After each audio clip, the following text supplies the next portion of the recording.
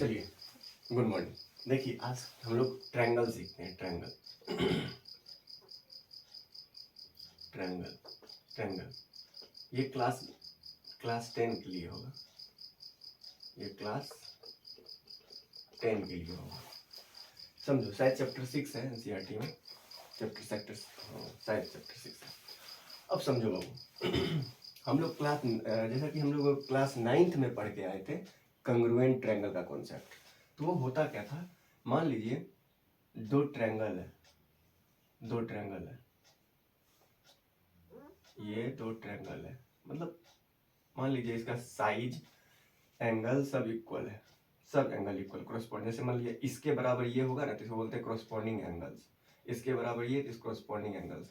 मान लीजिए corresponding angle सब इक्वल है, कॉरस्पॉन्डिंग साइड भी सब इक्वल है, यानी इसको एक ऊपर रख देंगे तो ये बिल्कुल हाइड हो जाएगा, बिल्कुल मतलब इस पे पूरे कोलैप हो जाएगा, पूरा झपा जाएगा। ठीक है, तो इसी को कॉन्ग्रुएंट कहते थे। कॉन्ग्रुएंट के लिए कुछ रूल भी था, जैसे मान लीजिए साइड साइड साइड, कुछ रूल भी 5 रूल पढ़े थे ना, साइड एंगल साइड, फिर एंगल एंगल साइड, फिर एंगल साइड एंगल, फिर राइट एंगल हाइपोटेन्यूज साइड। ये सब 5 रूल था जिसके थ्रू इसको हम प्रूफ करते थे और क्वेश्चंस भी सॉल्व किया करते थे।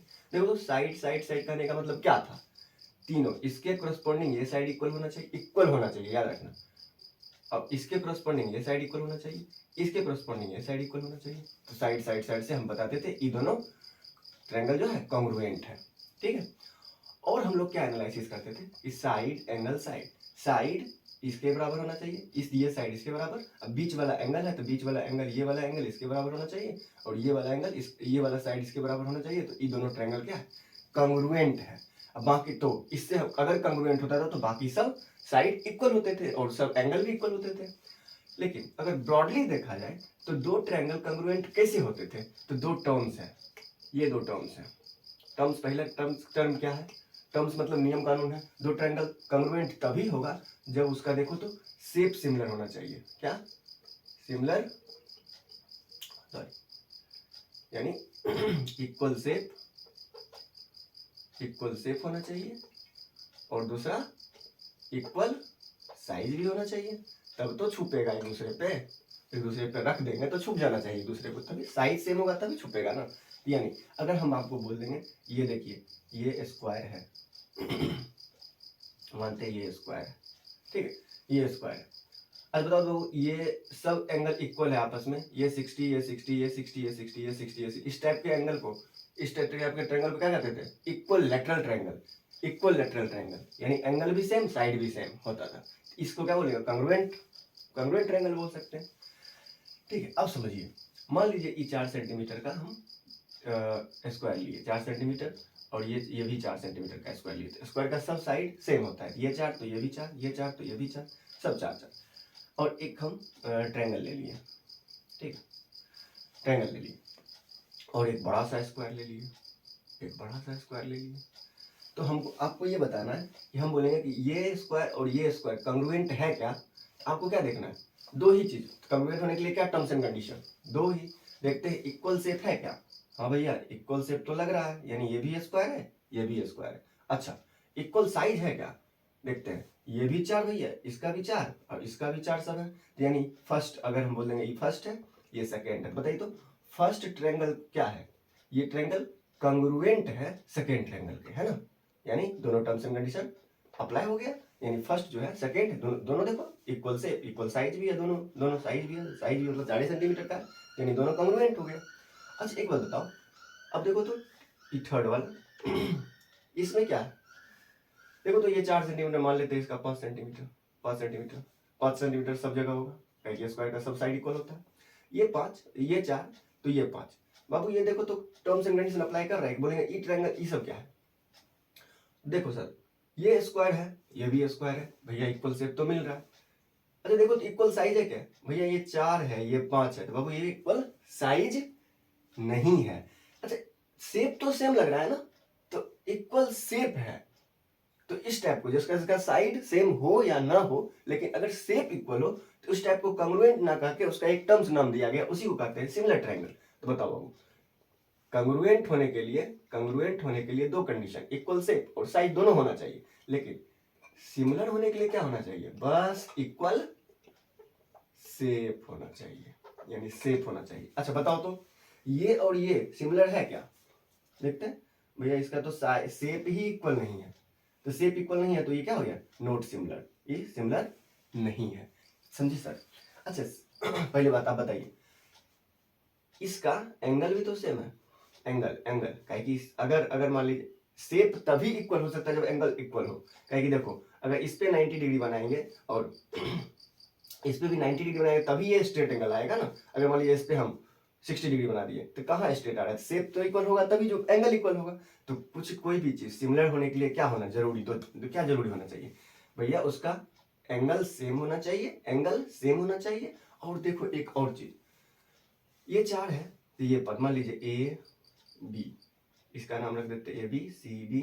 समझना आपको बच्चा से ये चीज, D E F D E F G मान लो, ठीक है, नाम रख देते हैं।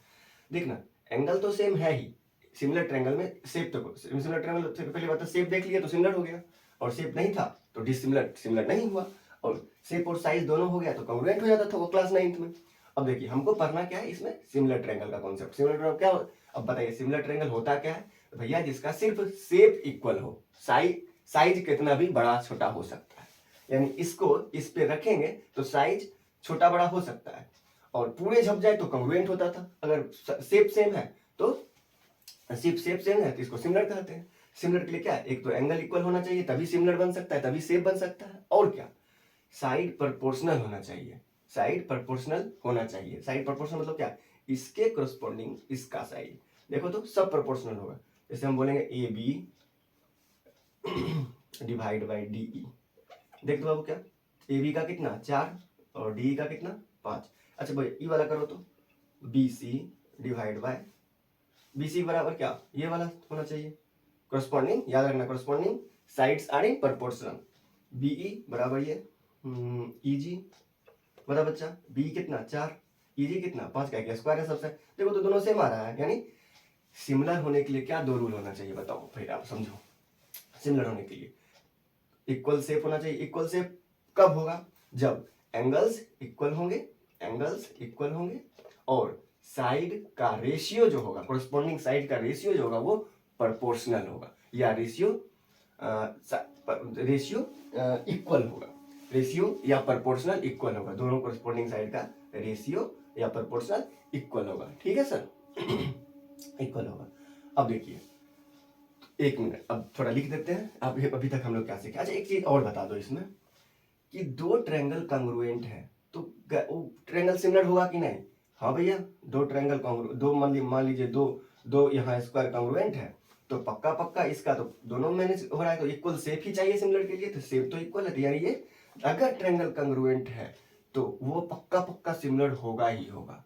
लेकिन अगर मान लीजिए दो स्क्वायर सिमिलर है, क्या वो कॉन्ग्रुएंट है? क्या कॉन्ग्रुएंट होने के लिए तो इक्वल साइज भी होना चाहिए। देख लो अगर दो ट्रायंगल सिमिलर है तो जरूरी नहीं है कि वो कॉन्ग्रुएंट होगा ही, हो भी सकता है नहीं भी हो सकता है। लेकिन दो ट्रायंगल दो कोई भी ऑब्जेक्ट मान लो दो ऑब्जेक्ट अगर कॉन्ग्रुएंट है तो गारंटेड है कि सिमिलर होगा ही होगा, काहे कि शेप तो इक्वल होगा ही ना।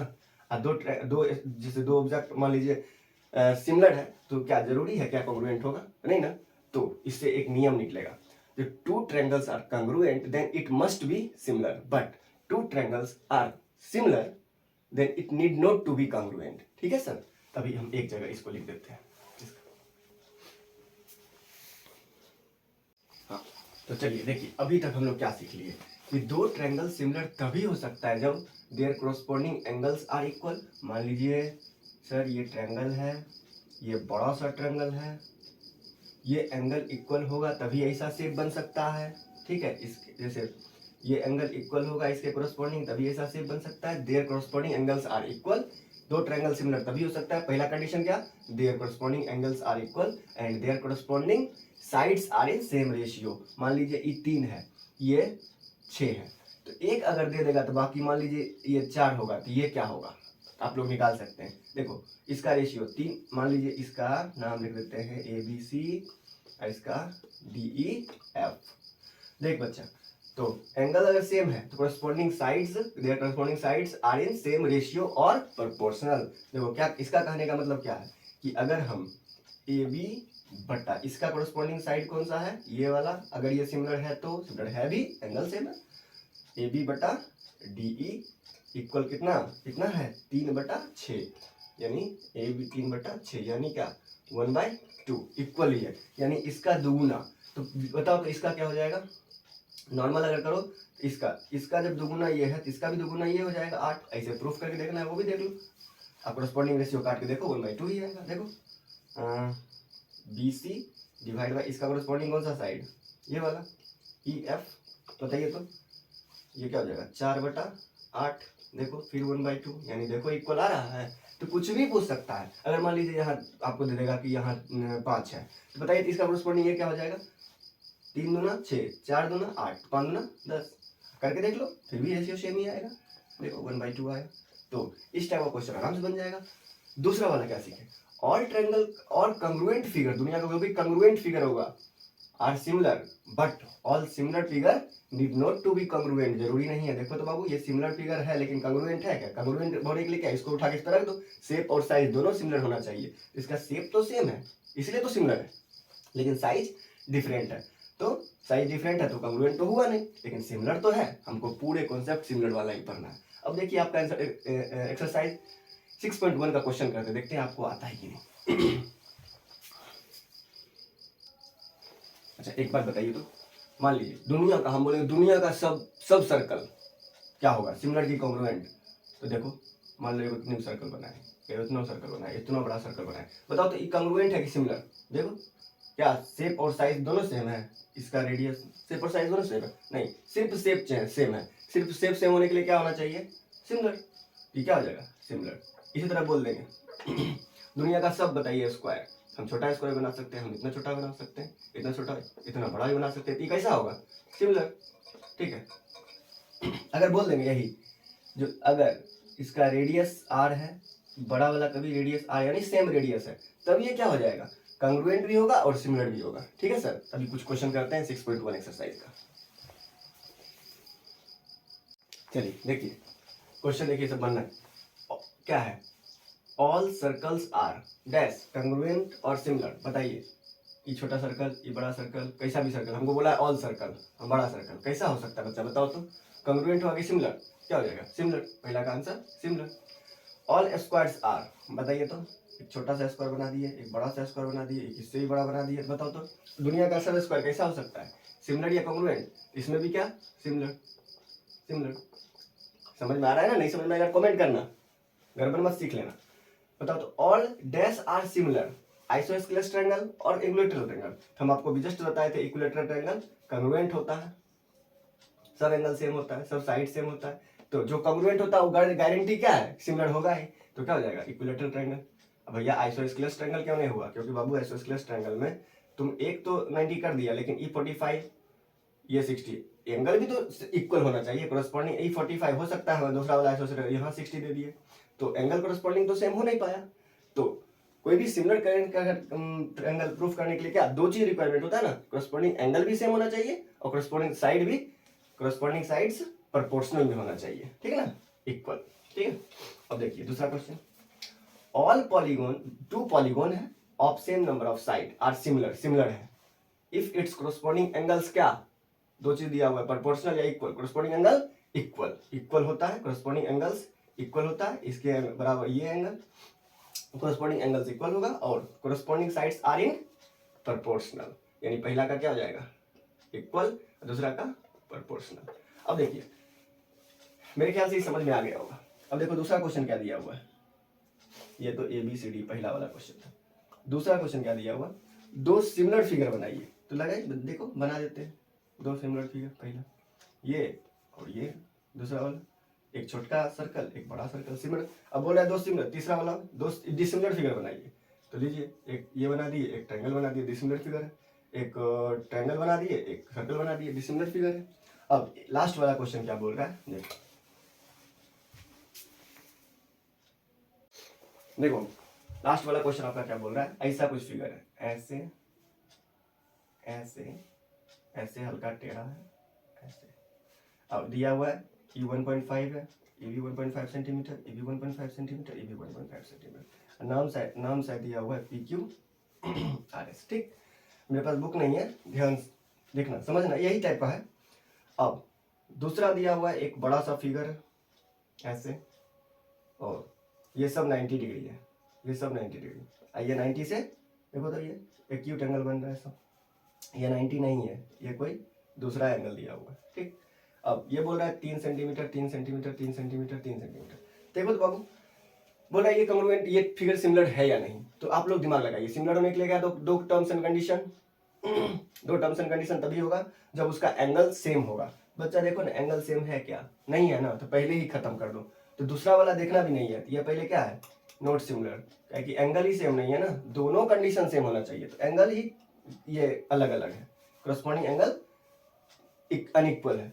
कोरस्पॉन्डिंग साइड्स प्रोपोर्शनल है, देखो तो 1.5 दूना 3, 1.5 दूना 3, सब देखो 1.5 डिवाइड बाई 3 1/2 सबका, फिर सबका 1.4 डिवाइड बाई 3 1/2। कोरस्पॉन्डिंग साइड जो है वो प्रोपोर्शनल है, लेकिन एंगल सेम नहीं है, तो दोनों कंडीशन होना चाहिए ना, एंगल सेम नहीं है इसीलिए नॉट सिमिलर। तो यही था आपका 6.1 एक्सरसाइज। और आगे जाके देखोगे, आगे जो आपका चैप्टर है आगे जो है बीपीटी थ्योरम होगा। बीपीटी थ्योरम कुछ नहीं है, इसी का थोड़ा सा एडवांस फॉर्म, कुछ नहीं, बहुत ज्यादा इजी। बोल रहा है क्या, एक ट्रायंगल है, इसके पैरेलल एक लाइन बनाइए, तो ये this divide by this, this divide by this होता है इक्वल। तो अभी तो हम यही सीख रहे थे। देखो ना, इसमें दो ट्रायंगल है, ये वाला छोटा वाला मान लो, देखो ABCDE ऐसे ही बुक में दिया होगा। यहाँ देखो तो ABE एक छोटा ट्रायंगल हो गया, और देखो ये क्या हो गया, ABC बड़ा वाला ट्रायंगल। अब बताओ तो ये साइड इसके प्रोपोर्शनल नहीं होगा जब इसका इक्वल से, देखो ये एंगल इक्वल होता है तो ये एंगल इक्वल होता है, ये एंगल इक्वल तो ये एंगल का, जाहिर सी बात है इक्वल होगा। तो जब एंगल इक्वल होता है साइड तो प्रोपोर्शनल में होगा ही होगा। तो ये साइड दिस बटा दिस, दिस बटा दिस, दिस बटा दिस, मान लीजिए इसमें 2 दिया हुआ, ये 4 दिया हुआ, ये 3 दिया हुआ, ये 6 दिया हुआ, तो क्या ये अगर मान लीजिए आपको 8 दे दिया क्या ये वाला नहीं निकाल सकते हो, कुछ नहीं, बस रेशियो कर देना, 2/4 बराबर देख ये 8/x निकाल दो, कुछ नहीं है। देखो ये 2 हो गया, तो डायरेक्ट भी कर सकते हैं, 2 2 जा 4, 3 2 जा 6, 8 2 जा 16 आंसर। या इससे भी आ सकता है x = 8 2 जा 16। तो यही बीपीटी है। बीपीटी आप बोलोगे तो बीपीटी प्रूफ करके बता देंगे, बहुत ज्यादा इजी वाला होता है। ठीक ना, आज के लिए इतना ही, थैंक यू।